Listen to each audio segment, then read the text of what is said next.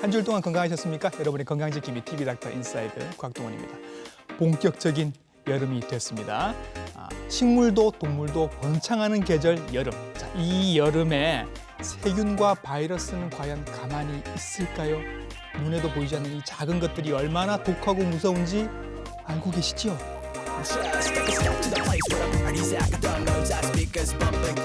무심코 상한 음식 드셨다가 고생하셨던 기억, 그리고 알 수 없는 어떤 벌레에 물려서 고생하셨던 추억들 다들 있으실 겁니다. 여름에 아주 많은 감염성 질환들, 어떤 종류들이 있고 어떻게 대처를 하셔야 할지 알아보겠습니다. 친절한 오늘의 닥터는 바로 이분이십니다.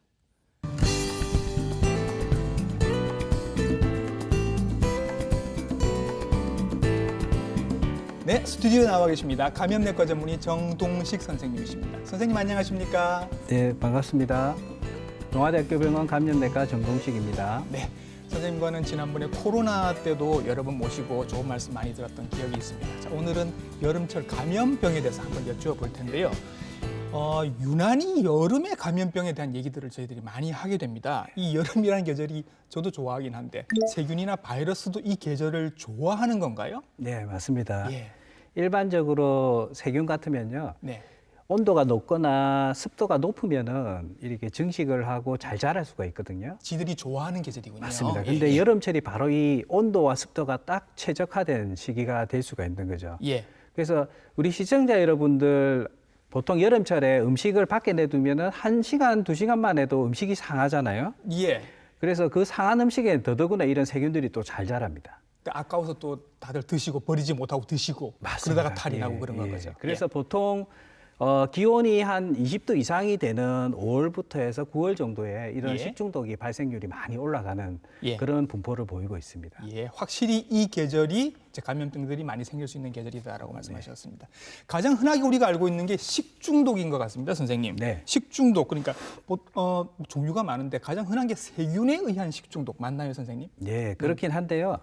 우리가 좀 알고 있는 게 세균에 의한 우리 그 위장관에 감염증이 있는 예. 일반적인 식중독도 있지만 예. 세균이 또 분비하는 독소가 있습니다. 그 독소에 의해서 생기는 식중독 두 가지를 크게 우리가 기억을 하셔야 될 것 같습니다. 예, 예.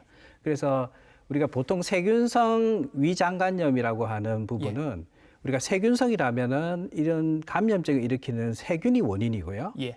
그리고 장관염, 위장관염이라면 우리가 쉽게 말하면 장염이라고 많이 이야기들 하시는데 예. 이 소장이나 대장의 점막에 이 균이 염증을 일으켜서 네. 그리고 음식이 흡수가 안 되게 하고 네. 그리고 그럼으로 인해서 배출되면서 우리가 설사 형태로 나오거든요. 예. 예. 그래서 그런 형태가 우리가 세균성 위장관염이지만 네. 또 세균의 독소에 의해서 되는 경우 우리 소위 말하면 포도알균에 의한 독소 식중독이 있는데 예. 이런 경우는 우리가 이제 이 독소에 의해서 네. 많은 구토가 유발되면서 예. 이런 감염증이 생길 수가 있습니다. 포도알균이 옛날에는 이제 뭐 황색 포도상구균 이렇게 예, 부르던 맞습니다. 건데 요즘은 우리말로 포도알균 이렇게 부르는 것 같습니다. 이게 선생님 제가 학교 다닐 때 이거 배운 거 제일 정말 흔한 건데 네. 왜 잔칫날 수육 같은 거에서 이거 옮을 수 있다. 네. 먹고 나서 한 3시간 안쪽으로 그냥 확 예. 다들 막 배 아파서 막 화장실 가고 하는 게 요런 거다. 맞나요, 선생님? 예, 그럴 가능성이 많습니다. 예. 이런 포도알균 독소에 의한 식중독 같으면 네. 보통 2~3시간 만에 먹고 4시간에서 6시간쯤에 갑자기 심한 구토가 나거든요. 예. 그러면서 심지어는 이 구토가 거의 분출하듯이 나오는 예. 그런 구토가 동반이 됩니다. 그래서 구토가 되면서 두통도 있고 일부에는 설사도 조금은 동반되긴 한데 주로 예. 구토가 많이 일어나죠. 그렇죠. 예. 그래서 요즘은 뭐 이렇게 잔치할 만한 분위기가 아니니까 이런 일은 잘 없겠습니다만 또 하나 왜 야유회 가시거나 하면 그냥 거기서 사 드시는 게 제일 좋은데 이렇게 네. 도시락 싸서 가시는 경우가 또 문제가 될 수 네, 있다고 그죠? 맞습니다. 그러니까 아침에 싸면 점심 때쯤에는 이미 포도알균들이 막 자라 있는 겁니다. 네. 그죠? 그러니까 음식 관리를 잘못하셨느냐 하면 그게 아니란 말이죠. 뭐 수육을 어디서 뭐 가지고 오시든 김밥을 싸시든 다 위생적으로 잘 하셨는데 그러면 이 균이 도대체 어디에서 왔느냐 하는 게 궁금해집니다. 네. 그래서 보통 이런 식중독인 경우는 우리가 오염된 음식이라든지 물을 통해서 많이 된다라고 알려져 있는데 그럼 이 음식하고 물은 어디에서 오염이 되는 거냐죠. 그렇죠. 깨끗한 줄 알았는데. 네. 근데 이제 주로 보면은 우리가 이제 음식을 조리하는 칼이라든지 도마라든지 행주가 있습니다. 그러네요. 근데 간혹 보면은 이걸 그냥 물로 그냥 씻어버리는 경우들이 많은데 예. 우리가 포도알균의 독소 같은 경우는 심지어는 이 독소가 거의 100도로 가열을 해도 이 네. 독소가 없어지지가 않습니다. 예. 그래서 사실은 물로 씻지만은 소독액으로 깨끗하게 세척을 하고 예. 그리고 위생 관리나 이런 걸 철저히 하지 않으면 예. 이 균이 이 분비하는 독소들이 네. 음식이나 또는 칼, 도마, 주방에 여러 군데에 묻어 있을 수 있기 때문에 예. 눈으로 봐서는 깨끗하지만 사실은 여름철에는 조심하셔야 되는 거죠. 생각도 못했습니다. 칼, 도마, 행주 이런 건 우리가 뭐 100도씨 이상으로 얘들을 삶거나 하는 일이 행주는 그렇게 하시겠지만 네. 잘 없기 때문에 이런 데서 이제 균들이 남아 있다가 음식으로 옮겨갈 수 있다라는 말씀을 하셨네요. 그러면 얘네들이 음식으로 옮겨가서 냉장고에 있다가 나오지 않습니까? 네. 냉장고에 있다가 나와도 안심할 수 없다는 말씀이신 거죠? 네, 그거는 결국은 냉장고에 우리 시청자 여러분이 넣기 전에 네. 벌써 그 음식이 오염이 돼 있다면 예. 그러면 냉장고 들어갔을 때는 균이 증식을 하지는 않겠지만 예. 나오게 되면 음식을 또 밖으로 내서 보관을 하다 보면 바로 균이 증식을 하게 되고 예. 또는 독소를 분비해서 음. 이런 식중독이 생길 수가 있는 거죠. 그렇죠. 냉장고는 보관만 하는 곳이지 냉장고 자체가 소독 기능은 없기 때문에 네. 냉장고 안에 오래 있다고 해서 뭐 이걸로 안심을 할 수 있는 거는 절대로 아니다. 냉장고 믿지 마시라라는 말씀을 지금 하신 겁니다. 자, 또 궁금하신 거 이런 질문들이 있습니다.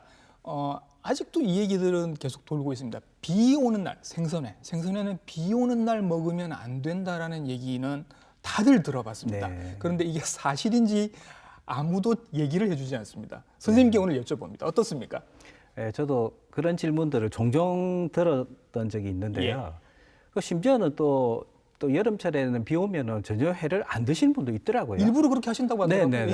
예. 근데 이제 일부는 맞지만 일부는 조금 정확히 아셔야 되는 거는 네. 제가 말씀드린 대로 이런 세균들은 온도가 높고 습도가 높을 때 네. 이렇게 잘 자란다고 했는데 우리가 여름철에 비가 오면 어떻습니까? 온도도 높은 데다가 습도가 높죠. 높아지죠. 그래서 조금 발생률이 좀 증가하는 경향이 있는데 예. 만약에 위생 관리를 철저히 한다면 네. 굳이 뭐 여름철에 비 오는 날에 회를 드시지 말라고 할 필요는 없을 것 같거든요. 없다. 핵심은 위생 관리가 중요하다라고 이야기할 수 있을 것 같습니다. 위생 관리만 잘하시면 비 오는 날이건 아니든 뭐 관계없이 네. 회는 드실 수 있다라는 말씀을 해주셨습니다. 자, 그러면 다들 한 번쯤은 경험을 해보셨을 텐데 식중독. 제가 아는 식중독의 증상은 배 아프고 설사하는 거 정도입니다, 선생님. 뭐 요거 말고 또 다른 증상들도 있을 수 있나요? 맞습니다. 대표적인 증상이 우리가 배가 아프고 그리고 설사를 하고 네. 그리고 구토를 하는 게 대표적인 토하기도 하죠. 증상이거든요. 예. 근데 이제 일반적으로 우리가 오염된 음식을 섭취하고 증상이 나타나기까지의 기간을 우리가 잠복기라고 하거든요. 예. 그 잠복기를 가지고 우리가 원인균을 좀 추정을 하기도 합니다. 아, 그래서 오염된 음식을 먹고 예. 보통 한 2~3시간에서 한 4시간, 6시간 만에 증상이 나타나면 네. 아까 우리가 좀 전에 이야기했던 포도알균에 의한 독소로 인한 식중독을 의심을 하거든요. 네.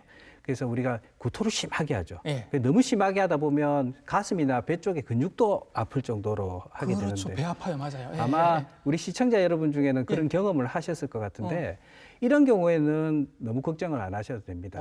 우리가 이제 그 보통 1시간 내가 지나면 좋아지기 시작하고요. 예. 하루 내에 좋아지기 때문에 굳이 병의원에 안 가셔도 되지만 예. 보통 한 6시간 이후나 하루 이틀 뒤에 증상이 나타나는 식중독 같은 경우는 우리가 대표적으로는 그 살모넬라균 같은 경우에는 6시간에서 72시간에 네. 뒤에 생기는데 열나면서 복통, 설사들이 나타나고요. 예. 그리고 우리 대장균 같은 경우는 3일에서 6일 뒤에 나타날 수가 있고 예. 이질 같은 경우는 보통 한 3일 지나서 설사, 복통, 고열이 나타날 수가 있고요. 예. 심지어는 설사에 혈변을 볼 수가 혈변. 있습니다. 오, 예. 예. 그래서 그런 잠복기를 고려해가지고 원인 질환들을 생각하시면 음. 판단하는 데 도움이 될 것 같습니다. 이게 사흘 지나서 나타나면 원인이 뭐였는지 기억이 잘 안 날 것 같은 느낌도 드는데 하여튼 증상은 그렇습니다. 배가 아프고 설사하고 구토가 날 수도 있고 때로는 열이 날 수도 있고 네, 그리고 맞습니다. 설사도 이렇게 막 피가 섞인 변 같은 거를 보실 수도 있다. 이게 증상들이다라고 말씀을 해주셨습니다. 설사하면 지사제 먹어야지 그래야 설사가 멎지라는 질문이 있습니다. 그런데 의사 선생님들은 조금 다르게 말씀을 네. 하십니다. 이렇게 말씀을 하시죠. 네. 되게 이제 설사하시면은 뭐 어떤 분들은 하루에 10번 이상 하시는 분도 있거든요. 내가 일을 못 하겠다 이것 때문에. 그렇죠. 네, 네. 그러면 그 정도 하시면 대개는 엉덩이가 헐기도 하고 예. 너무 통증도 심하고 네. 너무 불편하니까 네. 이거를 해서 설사 횟수를 줄이거나 이제 중단을 시키기를 원해서 이제 지사제를 생각하는데요. 네.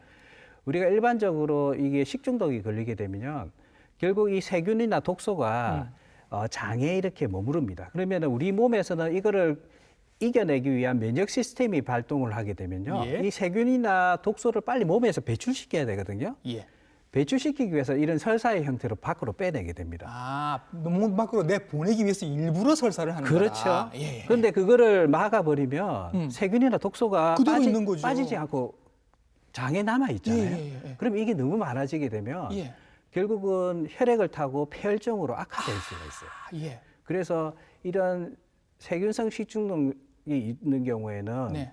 이런 지사제를 쓰는 건 아주 주의를 해야 됩니다. 예. 그래서 대개는 초기에는 이런 지사제를 쓰는 거를 자제를 하고요. 네. 항생제를 쓴다든지 조금 좋아지게 되면 지사제를 사용할 수 있기 때문에 이 부분은 시청자 여러분들이 판단을 하시지 말고 네. 꼭 병의원의 진료를 보시고 예. 의사 선생님의 처방에 따라서 하시는 게 제일 안전할 것 같습니다. 가급적이면 지사제는 스스로 혼자서 약국에서 구해서는 안 드시는 게 좋겠다라는 말씀을 하신 맞습니다. 거고요. 또 하나 알고 계신 것 중에 이거 있습니다. 나는 먹는 족족 지금 설사를 하는 것 같다. 네. 차라리 굶겠다. 물도 안 마시겠다라고 말씀을 하시거든요. 네. 이럴 때는 어떻게 답변을 하십니까? 예, 그것도 참 중요한 질문인 것 같은데요. 먹으면 바로 설사를 하니까 계속 드시지를 않는 분들이 있는데 네. 사실 아주 식중독이 있는 첫 하루나 이틀 정도의 초기에는 네. 그게 어느 정도 가능합니다. 예. 그리고 필요한데 그럴 때는 주로 수분을 섭취해서 네. 탈수가 되지 않도록 하는 게 중요하지만 네. 어느 정도 호전이 되게 되면은 우리가 크게 이제 장에 자극이 안 되는 네. 죽이라든지 그런 음식들을 조금씩 섭취를 하는 게 예. 상당히 도움됩니다. 왜냐하면 우리 장이나 이런 데는 상피세포나 점막이 있는데 네. 이런 점막들이 염증으로 손상이 된 게 회복이 되려면 영양이 공급이 돼야 뭐 되거든요. 먹어야 낫죠. 맞아요. 예, 맞습니다. 예, 예, 그래서 조금 호전이 되기 시작하면은 계속 금식하지 마시고 죽이라든지 장에 편한 음식들을 조금씩 드시는 게 회복에는 상당히 도움이 될 수가 있습니다. 예. 자, 말씀하신 걸 대충 종합을 해보면 설사를 막 한다고 해서 함부로 지사제를 구해서 드실 일은 아닙니다. 네. 그다음에 먹는 족족 자꾸 나오는 것 같은 느낌이 드시겠지만 수분 섭취는 계속 하셔야 하고 소화가 된다면 죽 정도는 계속 드시고 있는 게 낫다라는 말씀을 지금 하신 겁니다. 네. 그렇다면 선생님, 요 정도로 내가 집에서 어떻게 견딜 수 있으면 견딥니다. 네. 그런데 병원에 가시는 경우도 있습니다. 어떤 경우는 병원을 가시는 게 좋다 이런 게 있습니까? 네, 아주 중요한 시청자 여러분 꼭 기억하셔야 되는데요. 예. 일단은 제가 앞에 말씀드렸다시피 좀 의심되는 음식을 드시고 네. 한 2시간에서 4시간, 6시간 만에 증상이 나타난다. 예. 특히 심한 구토가 중심이 되는 네. 그리고 구토를 하면서 뭐 두통이 생기면서 네. 일부 설사가 생길 수 있는 그런 경우는 요거 포도알이네요. 아까 말씀하신 거. 맞습니다. 그렇죠. 예, 예. 포도알균 식중독인 경우에는 예.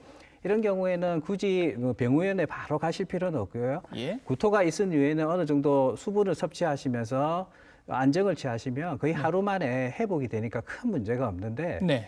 문제는 이제 세균성 위장관염입니다. 예. 그래서 이런 경우는 우리가 의심할 수 있는 부분은 열이 난다든지 예. 또는 설사해 보니까 피가 섞여서 나온다든지 예.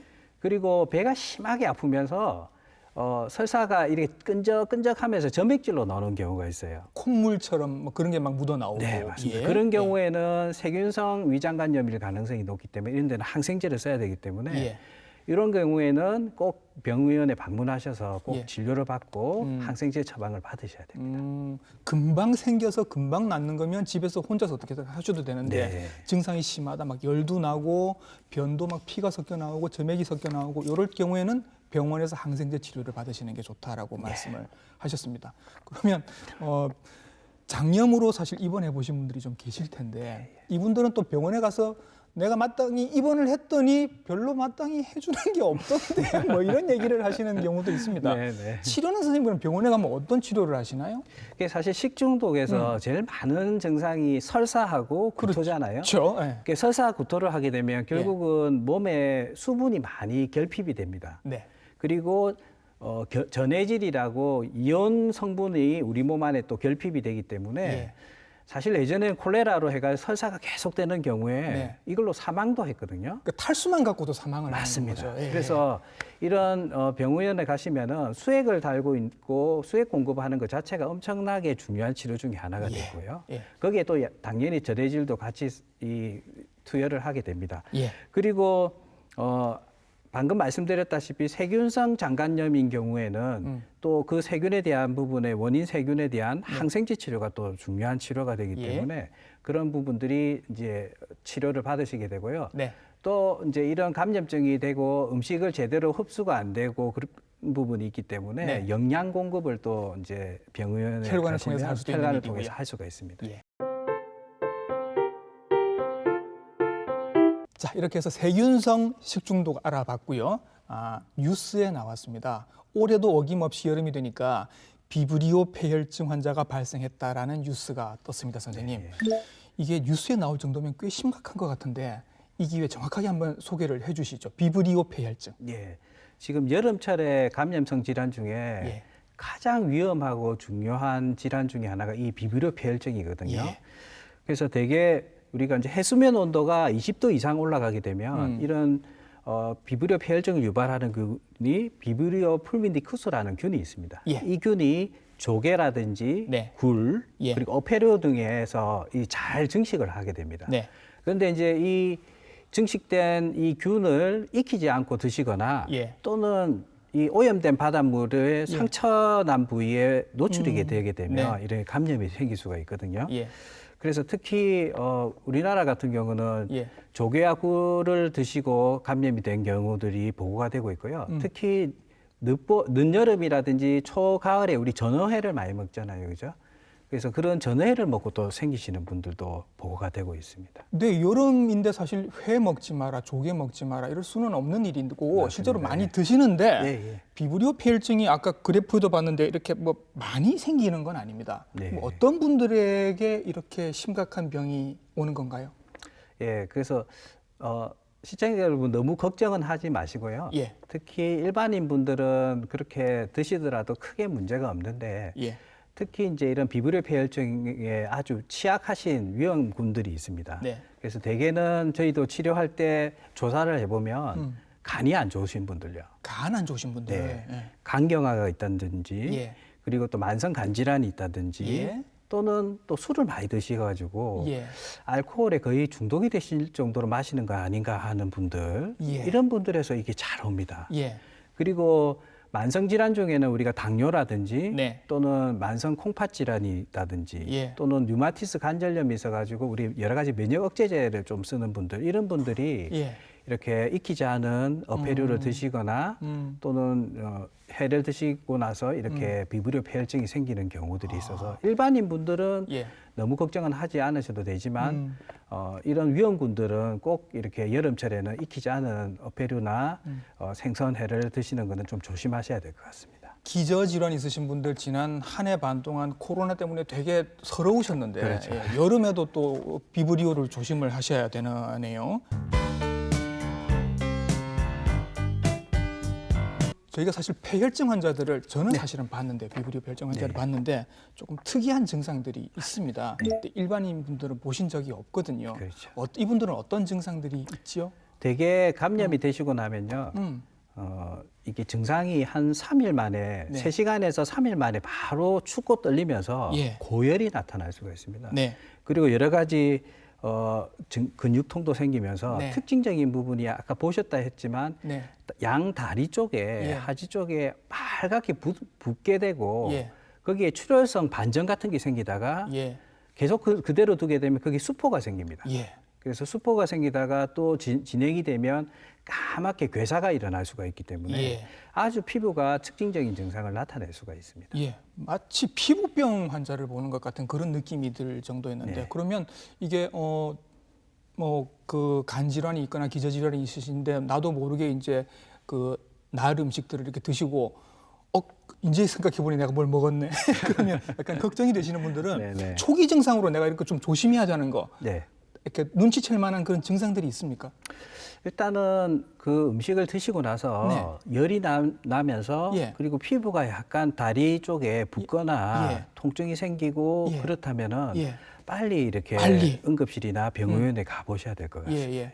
근데 빨리 가시면 그러면 이게 뭐 특별한 치료법이 있는 건가요? 이 비브리오 풀리피쿠스 이 균에 대해서는? 예. 일반적으로 이 비브리오 풀미니쿠스 균 같은 경우는 네. 몸 안에 들어가면 세포내로 들어갑니다. 예. 세포내로 들어가기 때문에 일반적인 항생제를 쓰면 듣지가 않습니다. 아, 그래서 항생제도 세포내로 침투가 잘 되는 항생제를 사용해야 되기 때문에 예. 그런 항생제를 2가지 정도를 사용을 해서 치료를 해야 되고요. 네. 그리고 특히 12시간 만에 네. 대부분의 25% 정도 한 4명 중에 1명은 네. 혈압이 떨어지고 쇼크가 옵니다. 예. 그래서 이런 수액을 공급하고 혈압을 유지하기 위해서 치료를 또 해야 되고요. 예. 그리고 말씀드린 것처럼 다리 쪽에 괴사가 생기게 되면은 이걸 절개를 하고 배농도 하고 괴사된 조직을 제거하는 외과적인 조치까지 해야 될 예. 수도 있죠. 그래서 조기에 빨리 진단해서 항생제를 치료하게 되면 예. 그런 피부가 괴사되는 부분들을 상당히 줄일 수가 있기 때문에 예. 그리고 또 폐혈증으로 악화되는 부분을 줄일 수가 있겠죠. 식중독 중에서 항생제를 쓰는 몇 안 되는 경우에 사실 속하는 건 건데 네. 이렇게 빨리 치료를 해야 하는 이유가 선생님 치사율이 사망률이 굉장히 높습니다. 네, 맞습니다. 이게 비브리오 폐혈증 같은 경우는 감염이 되면 진행이 아주 빠르거든요. 예. 심지어 하루만 해도 너무 악화되는 게 빠르기 때문에 예. 이렇게 진행이 되면 결국 폐혈증으로 진행되면서 사망률이 거의 한 40에서 50% 거의 예. 반 정도가 사망하실 수 있는 위험이 있거든요. 예. 그래서 이런 부분에서 이제 빨리 진단을 하고 치료하는 게 아주 중요합니다. 네. 특히 이제 간 질환이나 그리고 또 아까 말씀드렸듯이 만성 질환이 있는 분들이 네. 오염된 해산물을 드시고 나서 생길 예. 수가 있기 때문에 특히 예. 조심을 하셔야 될 것 같고요. 네. 기존에 간 질환이 있으시거나 간 상태가 나쁘신 분들은 이 여름에 회를 드시거나 해산물들을 날 것으로 드시는 건 피하시는 게 좋을 것 같습니다. 하나 더 또 뉴스에 난 게 있습니다. 이게 또 시작이 됐다라고 뉴스에 났습니다. 뭐냐면 이름이 좀 어렵습니다. SFTS 우리말로 하면 중증 열성 혈소판 감소 증후군 이렇게 됩니다. 이 이름도 어려운 질환. 선생님 이게 뭔가요? 예, 이게 중증 열성 혈소판 감소 증후군. 예. 시청자 여러분도 너무 어려운데요. 예. 일단 열이 나고요. 예. 그리고 혈액 검사를 해보면 혈소판이 감소합니다. 혈소판이 떨어진다. 예, 그러면 그러면서- 출혈이 막 생기겠네요. 그렇죠. 예, 출혈이 예. 생기고 여러 장기 부분이 네. 기능이 떨어져서 예. 사망을 할 수 있는 아주 위험한 질환이라고 할 네. 수가 이게 그럼 있습니다. 진드기랑 무슨 관계가 있는 겁니까? 이게 결국은 우리가 이제 찌찌가무시 들어보셨을 텐데요. 이게 초가을에 많이 생긴다고 맞습니다. 하는. 찌찌가무시는 가을철이 주인데 네. 이 그 열성 중증 혈소판 감소 증후군 같은 예. 경우는 이 늦봄에서 초가을까지 여름철, 예. 여름철에도 생길 수가 있는데요. 예. 이 질환의 원인은 바이러스입니다. 바이러스. 그래서 우리가 영어 약자로 해가 SFTS 바이러스라고 하거든요. 예. 근데 찌찌가무시는 우리가 리케차 균이라고 다른 거죠. 그 균입니다. 균. 예, 예, 예. 균에 의해서 생기는 거고요. 그래서 이게 이 바이러스가 결국은 우리가 참소 진드기 안에서 네. 기생을 하고 있다가 네. 결국은 이 진드기가 물면 혈액을 통해서 우리 몸 안에 들어와서 예. 생기는 거죠. 그래서 예. 물린 부위가 찌찌가무시처럼 또 딱지가 생깁니다. 가피가 생깁니다. 네. 예. 진드기에 의해서 옵는 거다. 진드기 자체가 옵는 게 아니라 진드기에 있던 바이러스가 우리한테 올라오면서 문제가 생기는 거다. 그래서 이 중증 열성 혈소판 감소 증후군은요. 예. 사실은 최근에 많이 생기고 있어서 우리 의사 선생님들도 아주 익숙하지 않은 질환입니다. 예, 찌찌가무시는 많이 알려져 있는데 예. 그래서 2009년에 이제 중국에서 처음으로 발견되면서 지금 현재는 중국, 일본, 우리나라에서도 매년 많이 예. 발생이 되고 있거든요. 예, 예. 지금도 보면 숫자가 200명 조금 넘어가나요? 네. 226명 정도 이렇게 나오는 것 같아요. 제가 제주도에 그 곶자왈 이런 데 걸어 다니는 거 되게 좋아할 때 그 시절에 이게 지금 이게 나오는 바람에 저희들끼리 이제 긴 팔 이렇게 막 입고 다니면서 진드기 조심하세요. 이렇게 인사를 하고 다닌 적이 있습니다. 네. 요즘도 뭐 제주도나 우리나라 전역으로 이렇게 다 퍼져 있는 건가요, 지금? 네, 맞습니다. 지금 이 참소 진드기 같은 경우는 예. 우리가 시골이나 풀밭 이런데 예. 우리나라에 다 분포를 하고 있거든요. 예. 그리고 특히 제주도에도 마찬가지로 많이 예. 분포한다고 알려져 있습니다. 그래서 이게 만약에 바이러스 감염이 되면 특히 우려되는 게 거의 한 16% 정도가 사망률이 높기 때문에 아, 그래요? 제가 2018년에 거의 한 4분, 5분을 치료했는데 그중에서 한 분이 아쉽게도 사망을 하셨는데 너무 안타깝죠. 그래서 특히 야외 활동을 하시거나 네. 그리고 풀밭에 농사일을 하시는 분들이라든지 또 요즘은 등산을 많이 가잖아요. 그러니까요. 등산 가면 우리가 이제 피곤하면 풀밭에 그냥 확 누워버리게 되는데 피부가 노출되는 경우에는 특히 이런 참소 진드기에 물릴 위험이 높기 때문에 아주 조심하셔야 되죠. 참소 진드기 하니까 이게 무슨 어떻게 생긴 진드기인지 좀 궁금해서 선생님 저희들이 네네. 사진도 준비했는데 네. 요 모양 보시면서 설명을 좀 부탁드려도 될까요? 네. 예. 보시면 왼쪽에 아주 작은 크기의 참소 진드기가 있는데 이거는 아직은 사람의 혈액을 물지 않은 상태입니다. 네. 그런 경우는 아주 작은데 2, 3mm밖에 안 되죠. 근데 이제 이게 혈액을 이렇게 딱 물어서 사람의 혈액을 뽑아낼 경우에는 보면 피를 빠는 거죠, 이게. 맞습니다. 그러면서 본인의 몸 안에 있는 체액을 사람 몸 안으로 넣고 네. 피를 뽑아냅니다. 모기 같네요, 모기. 비슷하죠. 예. 그러면서 진드기 안에 있는 체액 안에 있는 바이러스가 혈액을 뽑으면서 우리 몸 안으로 주입이 되면서 네. 감염이 되는 거죠. 예. 그럴 때 보시면은 거의 1cm로 아주 크게 나옵니다. 와, 2 내지 3mm 되던 게 먹으면 한 사람 피를 빨면 한 4-5배 정도로 커지네요.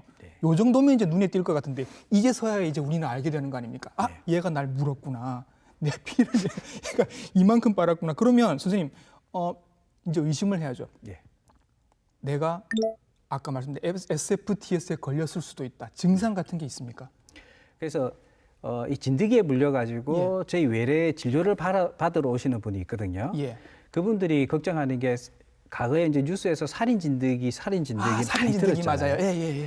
그래서 걱정이 돼서 오시는데 대개는 우리가 물리고 나면은 증상이 나타나는 게 2주 정도 안에 생기거든요. 그래서 2주가 지났다면 너무 걱정을 안 하셔도 될 것 같고요. 근데 이제 보통 나타나는 증상들이 열이 아주 고열이 납니다. 거의 39도, 40도로 아주 고열이 나고요.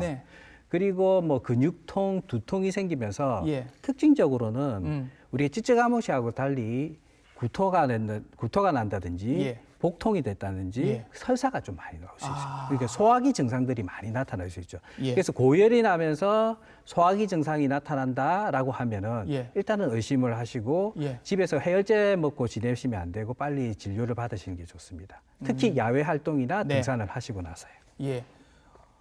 뭐 숲속을 많이 걸으셨다든지 캠핑을 가셨다든지 등산을 하셨다든지 이렇게 숲속을 많이 가셨는데 뭔가 물린 자국 같은 게 좀 보이고 그다음에 열도 나고 소화기 증상까지 같이 나타나면 요거 한번 좀 의심해 볼 필요가 있다. 요거는 빨리 치료를 하지 않으면 치사율도 아까 굉장히 높다라고 말씀하신 거죠.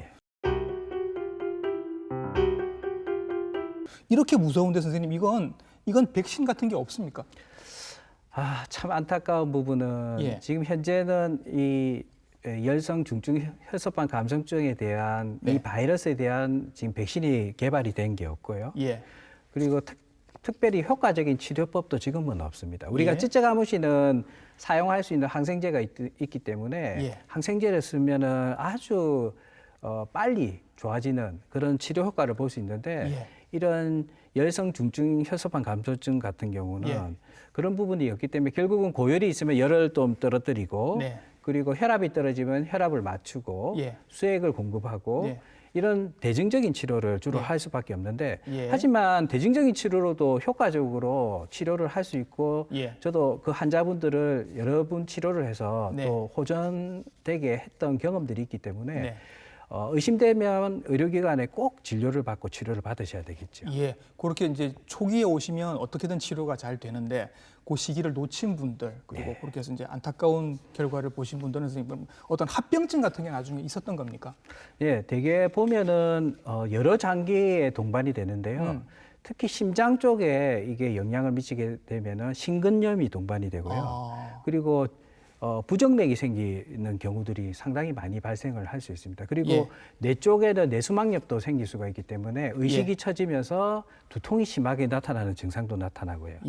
그리고 더 악화가 되면은 우리 콩팥 기능이 떨어져서 저희가 이제 투석을 해야 되는 경우들도 발생을 할 수도 있습니다. 그래서 예. 온몸의 여러 장기들에 다 영향을 거의 미친다고 이렇게 볼 수가 있겠죠. 예. 그러면 이게 뭐 백신도 없고 이렇게 나중에 합병증까지 심각하면 예방하는 수밖에 없을 것 같은데 네네. 이게 이제 뭐 어떤 예방 수칙 같은 게 있다고 하니까 선생님 좀 말씀해 주시겠습니까? 그래서 결국은 이 참소 진드기에 물리지 않도록 하는 게 예. 가장 중요한 방법인데 네. 우리가 이제 야외 활동을 하거나 등산을 할 때 우리가 피부가 되도록이면 노출이 안 되게 하는 게 좋습니다. 예. 여름이라도 소매가 짧은 옷을 입기보다는 긴 옷을 입으시고요. 네. 그리고 야외 활동하고 나서 꼭 몸에 옷이라든지 이런 쪽에 이런 진드기가 붙어 있는 게 없는지 잘 체크를 하시고 네. 심지어 등산하고 내려오면 요즘은 머신건으로 얘가 바람으로 쫙 해가지고 그렇죠, 떨어뜨리는 게 좋죠. 있잖아요. 예. 거기 가서 한번 온몸을 한번 샥 이렇게 아. 사용을 하시면 붙어 있는 진드기가 떨어집니다. 예. 그거 예. 좋네요. 예. 예. 어떤 분들은 심지어는 옷에 묻어 있다가 네. 그걸 모르고 집에 가셔가지고 집에서 물릴 수도 있겠다. 집에서 물리시는 경우도 예. 있습니다. 예. 그래서 항상 야외 활동하고 난 이후에는 옷을 잘 확인을 하시고 네. 가능한 긴 소매라든지 피부가 노출이 안 되게 하는 게 아주 중요한 부분이라고 할 수 있겠습니다. 네, 선생님 오늘 나오셔서 이 여름에 우리에게 문제가 될 수 있는 아주 심각할 수 있는 그런 감염병 3가지에 대해서 오늘 자세하게 설명을 해주셨습니다. 그래도 조심을 하셔야 되니까 예, 어떤 것들 조심하시면 좋겠다라고 마지막으로 당부 말씀 부탁드리겠습니다. 예. 우리 시청자 여러분, 코로나19로 인해서 참 많이 참으시고 힘드셨는데 아마 이제 7월부터 이렇게 사회적 거리두기가 완화되면서 야외 활동도 많아지게 되고 그리고 여러 가지 모임도 이전보다는 조금 더 늘어나게 될 것 같은데 특히 모임이나 그리고 또 함께 할 때 식사라든지 음식을 섭취할 때 위생 관리를 철저히 좀 해주시고요. 그리고 또 야외 활동할 때나 이럴 때는 특히 이제 복장을 잘 갖춰서 진드기에 물리지 않게 하시고 그리고 활동 후에는 꼭 옷이라든지 여러 부분들을 체크해서 건강한 여름철을 보낼 수 있도록 하셨으면 좋겠습니다. 네, 오늘 선생님 나오셔서 여름철 식중독부터 시작해서 비브리오 그리고 SFTS 이름도 어려운 여러 가지 살인 진드기에 대한 얘기까지 자세하게 해주셨습니다. 감염내과 전문의 정동식 선생님이셨습니다. 선생님 수고하셨습니다. 네. 자, 요즘 해외에 못 나가시니까 캠핑 가시는 분들이 굉장히 많으십니다. 캠핑 가시면 음식, 식재료들 한 번씩 더 챙겨보시고 그리고 풀밭에서 야외 활동하실 때 긴 팔, 긴 바지 입으셨으면 좋겠습니다. 오늘 보신 방송 부산 MBC 홈페이지와 유튜브 채널을 통해서 다시 확인하실 수 있습니다. TV닥터 인사이트 다음 주에 인사드리겠습니다. 감사합니다.